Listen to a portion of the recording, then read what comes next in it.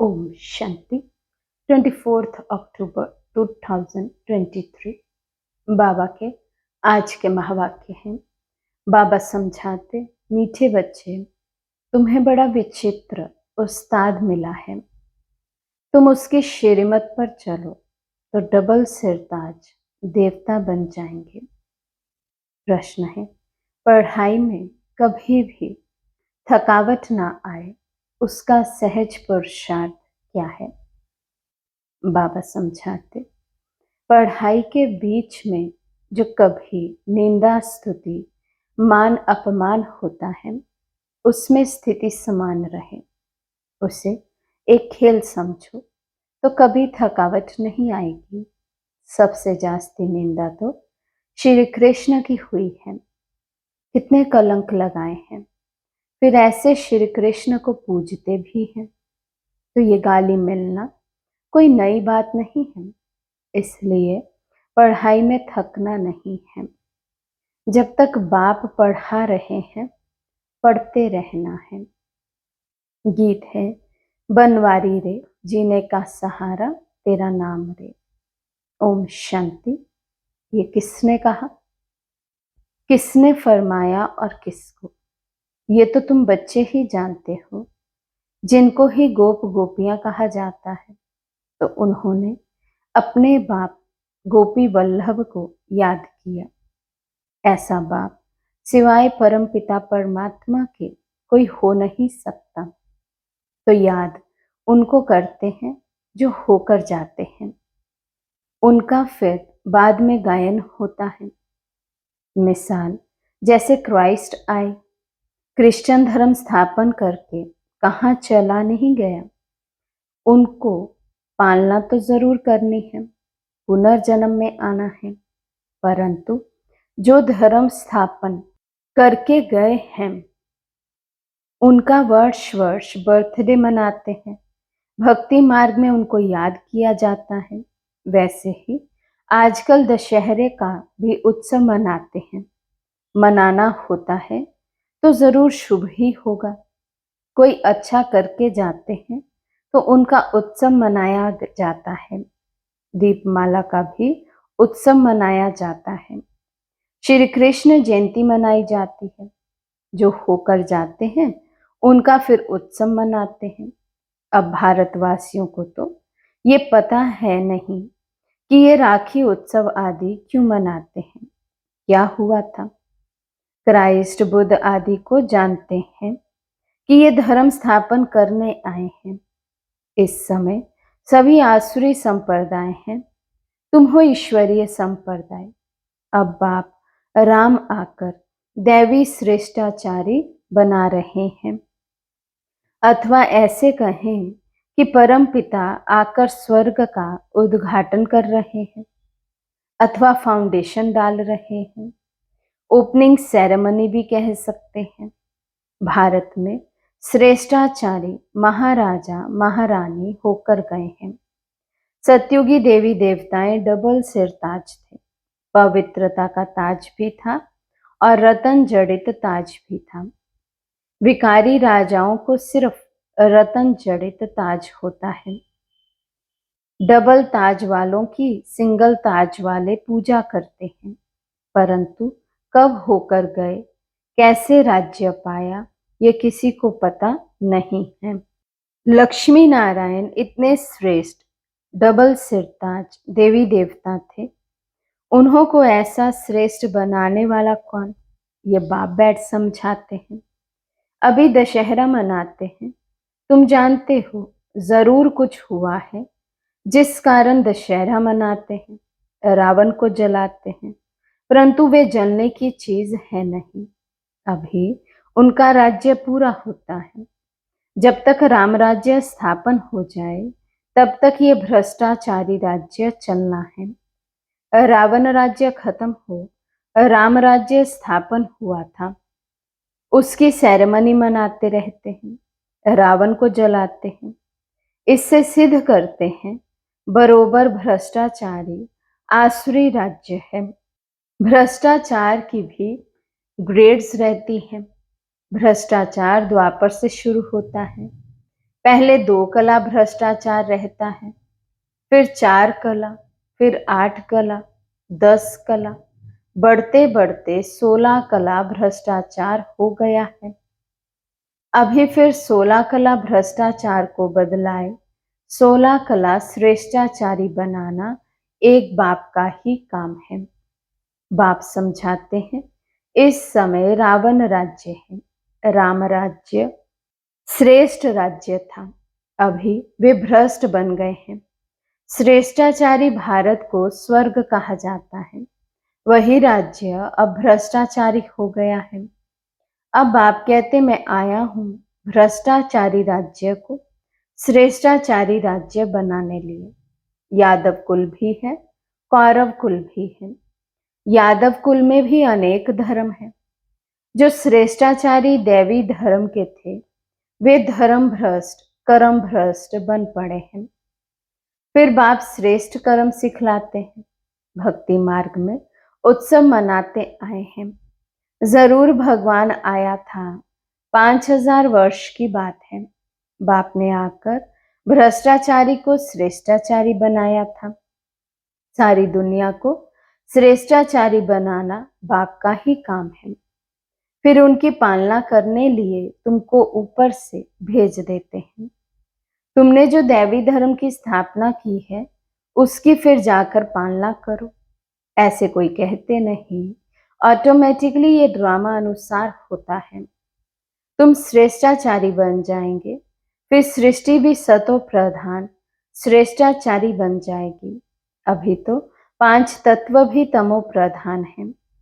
कितनी उथल पाथल होती रहती है। मनुष्य कितने दुखी होते हैं, करोड़ों का नुकसान हो जाता है। सतयुग में ये कोई भी उपद्रव नहीं होते।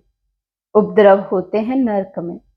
उपद्रव भी पहले 2 कला वाले थे, अभी 16 कला वाले बन गए हैं। ये सब डिटेल में समझाने की बातें हैं और है बहुत सहज, परंतु समझते नहीं, ना समझा सकते हैं। तो ये रावण को जलाना द्वापर से शुरू होता है। ऐसे थोड़ी कहेंगे 5000 वर्ष हुए, भक्ति मार्ग शुरू होता है तो ये उपद्रव भी शुरू होते हैं। अब फिर रावण राज्य का विनाश, राम राज्य की स्थापना कैसे होती है, सो तुम जानते हो।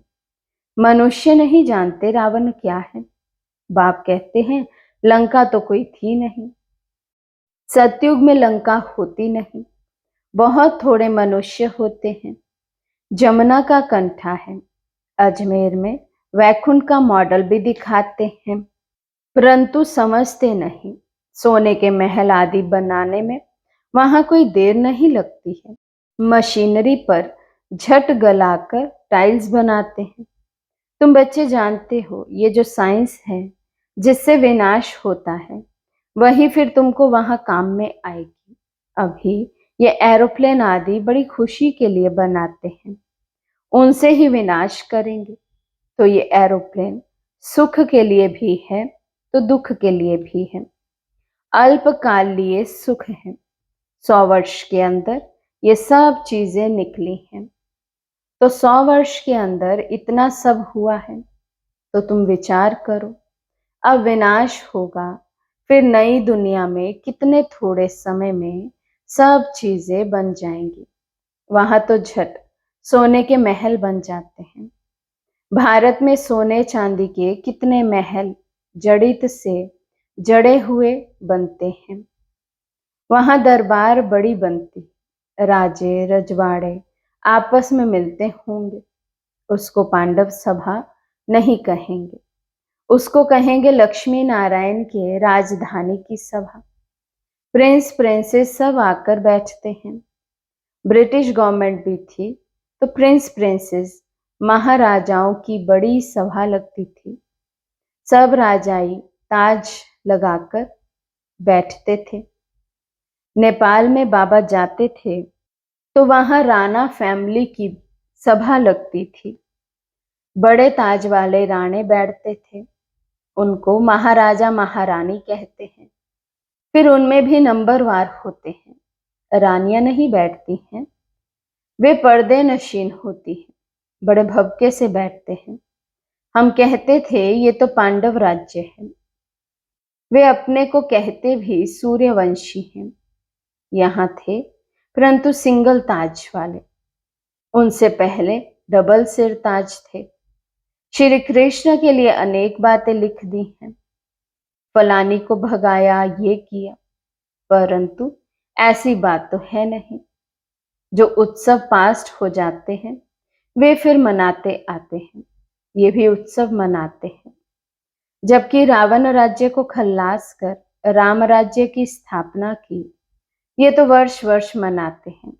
तो सिद्ध होता है आसुरी रावण राज्य 5000 वर्ष पहले भी था। बाप आए थे, आकर रावण राज्य का विनाश कराया था।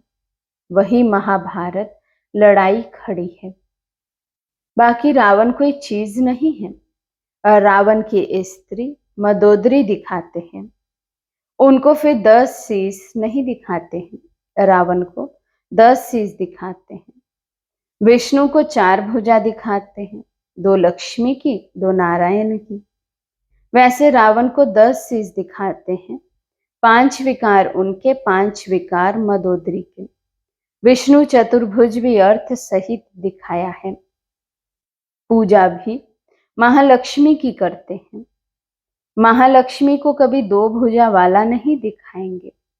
दीपमाला में लक्ष्मी का आह्वान करते हैं। क्यों?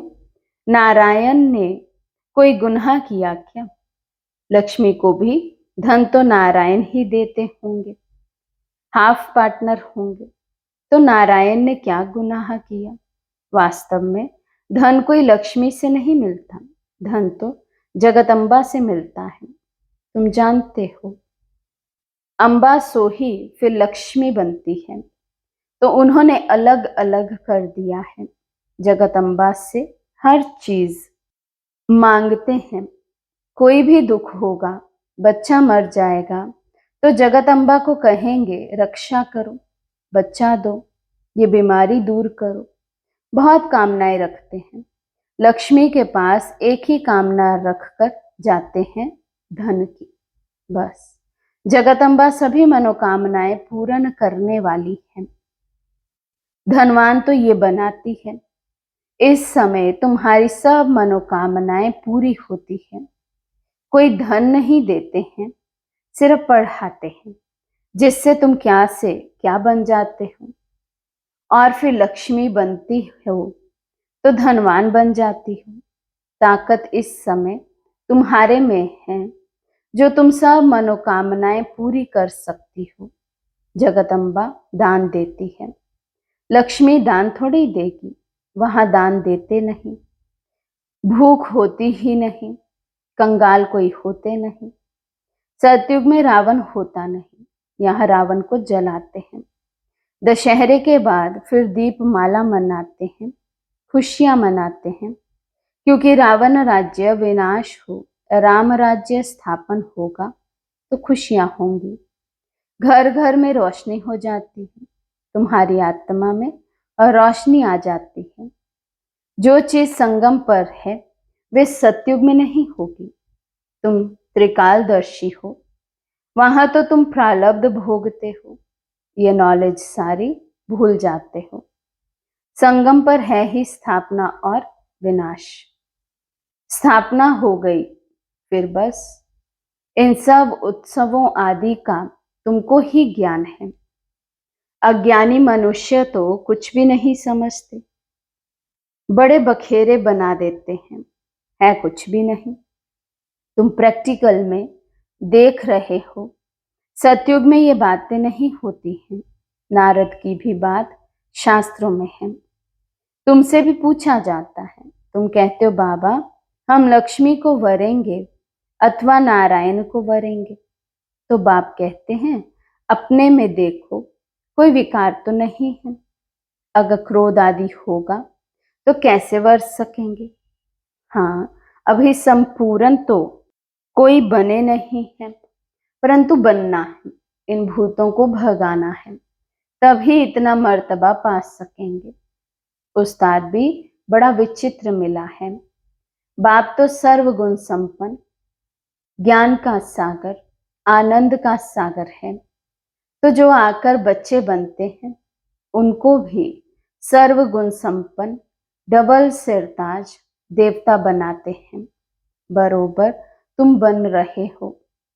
देवताओं को दोनों ताज रहते हैं। तुम आए हो बाप से वर्षा लेने। वर्षा लेना है, पढ़ना है। पॉइंट्स तो बहुत निकलती रहती है, अगर पढ़ेंगे नहीं तो औरों को कैसे समझा सकेंगे। ड्रामा हूबहू रिपीट हो रहा है। ये नॉलेज अभी तुम समझते हो, फिर ये गुम हो जाएगी। ये जो लंका आदि दिखाते हैं वे भी है नहीं।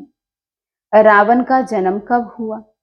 लिखा हुआ है द्वापर से देवताएं वाम मार्ग में जाते हैं तो विकारी बनना शुरू होते हैं। भक्ति भी पहले अव्यभिचारी थी, फिर व्यभ्यचारी बन जाती है। अभी तो मनुष्य अपनी पूजा कराने लग पड़ते हैं। बाप कहते हैं मैं आता ही हूं भ्रष्टाचारी दुनिया का विनाश और श्रेष्ठाचारी दुनिया की स्थापना करने। जरूर पहले स्थापना करेंगे फिर विनाश करेंगे। ये हमारा पाठ कल्प कल्प का है। भ्रष्टाचारी से श्रेष्ठाचारी बनाने में भी टाइम लगता है। जब तक बाप बैठ पढ़ा रहे हैं पढ़ना है। कल्प पहले जिन्होंने जितना पढ़ा है वही पढ़ेंगे। बहुत बच्चे चलते चलते कहते बस हम चल नहीं सकेंगे। अरे स्तुति निंदा मान अपमान ये तो सब होगा, तुम पढ़ाई को क्यों छोड़ते हो? सबसे जास्ती निंदा तो श्री कृष्ण की हुई है, कितने कलंक लगाए हैं। फिर ऐसे श्री कृष्ण को पूजते क्यों हैं? वास्तव में गाली अभी इनको अर्थात ब्रह्मा बाबा को मिलती है। सारे सिंध में निंदा हुई, फिर कर तो कुछ भी नहीं सके। ये भी सब खेल है, नई बात नहीं। कल्प पहले भी गाली खाई थी, नदी पार की थी। तुम सिंध से निकल इस पार चले आए हो। श्री कृष्ण तो नहीं थे, ये दादा आते जाते थे। तुम जानते हो अभी हम राज्य पाते हैं फिर गवाते हैं, ये भी खेल है। अच्छा, मीठे मीठे सिखी लदे बच्चों प्रति माता पिता बाप दादा का याद प्यार और गुड मॉर्निंग। रूहानी बाप की रूहानी बच्चों को नमस्ते। हम रूहानी बच्चों की और रूहानी बाप दादा को दिल व जान सिकवा प्रेम से नमस्ते नमस्ते नमस्ते जी। धारणा के लिए मुख्य सार। फर्स्ट पॉइंट, सर्व की मनोकामनाएं पूर्ण करने वाली कामधेनु अर्थात जगत अम्बा बनना है, दान देते रहना है। सेकंड पॉइंट, स्तुति निंदा में स्थिति समान रखनी है। ये सब होते पढ़ाई नहीं छोड़नी है, इसे खेल समझ पार करना है। आज का वरदान है, अपने शक्ति स्वरूप द्वारा अलौकिकता का अनुभव कराने वाले ज्वाला रूप भव। अपने शक्ति स्वरूप द्वारा अलौकिकता का अनुभव कराने वाले ज्वाला रूप भव। अभी तक बाप क्षमा की आकर्षण है। बाप का कर्तव्य चल रहा है, बच्चों का कर्तव्य गुप्त है। लेकिन जब आप अपने शक्ति स्वरूप में स्थित होंगे तो संपर्क में आने वाली आत्माएं अलौकिकता का अनुभव करेंगी। अच्छा अच्छा कहने वालों को अच्छा बनने की प्रेरणा तब मिलेगी जब संगठित रूप में आप ज्वाला स्वरूप लाइट हाउस बनेंगे। मास्टर सर्वशक्तिवान की स्टेज पर आ जाए तो सभी आपके आगे परवाने समान चक्र लगाने लग जाएं। स्लोगन है, अपनी कर्म इंद्रियों को योग अग्नि में तपाने वाले ही संपूर्ण पावन बनते हैं। अपनी कर्म इंद्रियों को योग अग्नि में तपाने वाले ही संपूर्ण पावन बनते हैं। अच्छा, ओम शांति।